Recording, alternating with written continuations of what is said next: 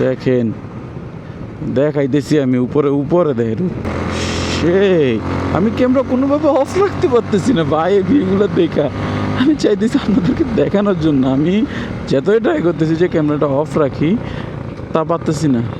Because এত সুন্দর সুন্দর ভিউ ভাই, এত সুন্দর লাগতেছে কি বলবো, বলে শেষ করতে পারতেছি না। এই যে একটার পর একটা একটার পর একটা পাহাড় উঠতেছি নামতেছি, থানচি যেতে থানতে আর 13 কিলো, বাট এর মধ্যে রাস্তা নীলগিরি হইয়া থানচি পর্যন্ত আসতে যে পরিমাণ রাস্তার যে সুন্দর, সেরা ভাই।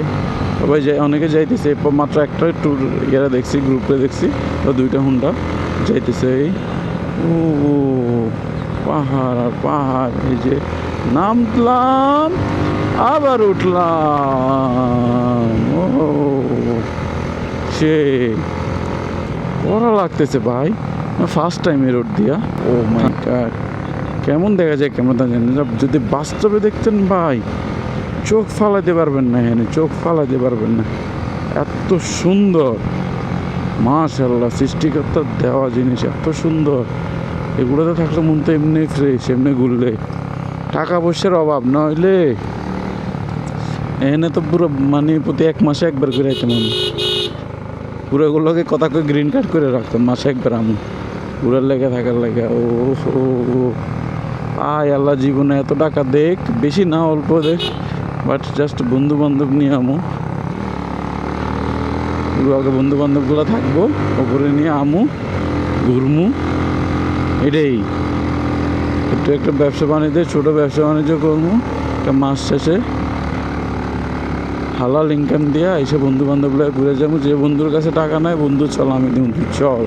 জাস্ট এই ভিউগুলো দেখার লাগে, দেখছেন পুরো মাথা নষ্ট।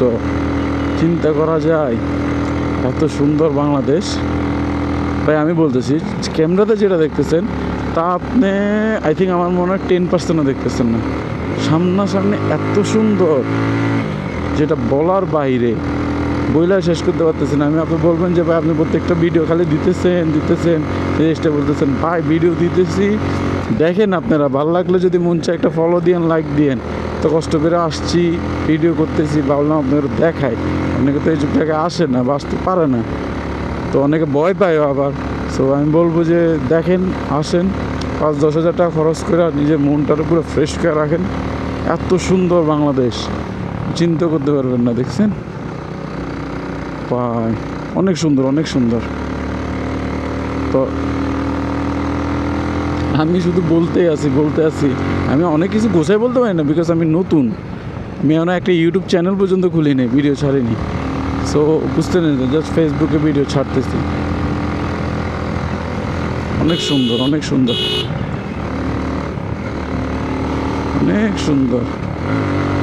ও আর আসার আগে আপনি যারা গেছে তাদের সাথে বা আমারও কমেন্ট করতে পারেন, আমি বলবো নি। আপনারা এটা কি বলে যে শেয়ার করে নেবেন যে ভাই কেমনে গেলে সুবিধা হয়, কোন রোডে দিয়ে কী গেলে সুবিধা হয়। তাহলে হবে কি আপনার সমস্যা পড়বেন না, কারণ এখানে অনেক সিন্ডিকেট, অনেক প্রবলেম হয় যদি জানি রাখেন। আমিও তো মনে করেন এবারে ফার্স্ট টাইম এখান দিয়ে আসছি, তাহলে আমি একটা ছেলে গেলাম মাত্র 1-1.5 ঘন্টা সময় নষ্ট করলাম। তো ওই জিনিসটা তাহলে আমি আপনার বললাম যে ভাই এভাবে করেন না ভাই, খালি দেখেন, দেখাইতেছি আমি উপরে উপরে দেখেন উপরে। ও ও 1টা 2টা 3টা 4টা লেয়ার, অনেকটা দেখা যাইতেছে না। ও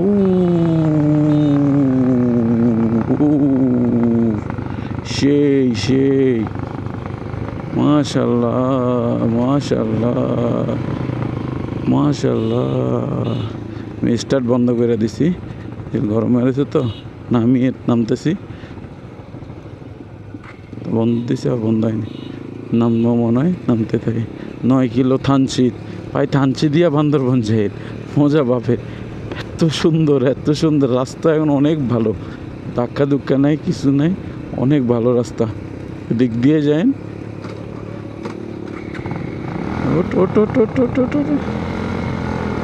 এই করেছে ওটা।